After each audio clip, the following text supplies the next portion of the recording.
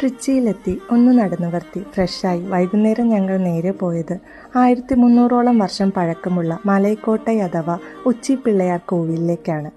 300 അടിയോളം ഉയരമുള്ള ലോകത്തിലെ തന്നെ പഴക്കം ചെന്ന പാറക്കെട്ടുകളിലൊന്നായ ഇവിടെ പാറപ്പുറത്ത് സ്ഥിതി ചെയ്യുന്ന വിനായക സന്നിധിയിലെത്താൻ 415ഓളം പടികളാണുള്ളത്.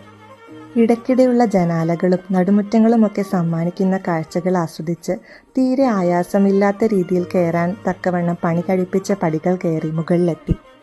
തൊഴുതിറങ്ങുമ്പോഴേക്കും ഞങ്ങളെ കാത്തിരുന്നത് രാത്രി വിളക്കുകൾ തെളിയിച്ച് മനോഹരിയായി നിൽക്കുന്ന ട്രിച്ചി പട്ടണത്തിന്റെ സന്ധ്യാകാഴ്ചയാണ്. ഈ ദൃശ്യം കാണാനായി അവിടെ കാത്തിരുന്ന വൻ ജനാവലിക്കിടയിലൂടെ തിരികെ പടികളിറങ്ങി. സന്ധ്യാപൂജ ആസ്വദിച്ച് നെയ്പായസവും നുണഞ്ഞ് തീരെ ആയാസമില്ലാതെ താഴേക്ക്. മല കയറിയ ക്ഷീണമൊക്കെ ഈ ട്രിച്ചി സ്പെഷ്യൽ ഫിൽറ്റർ കോഫിയിൽ അലിയിച്ചു കളഞ്ഞു. കാപ്പികുടിയൊക്കെ കഴിഞ്ഞ് പുറത്തിറങ്ങുമ്പോഴേക്കും അമ്പലം സ്ഥിതി ചെയ്യുന്ന ശൃംഗാരത്തോപ്പ് മാർക്കറ്റ് രാത്രി കച്ചവടത്താൽ സജീവമായിരുന്നു.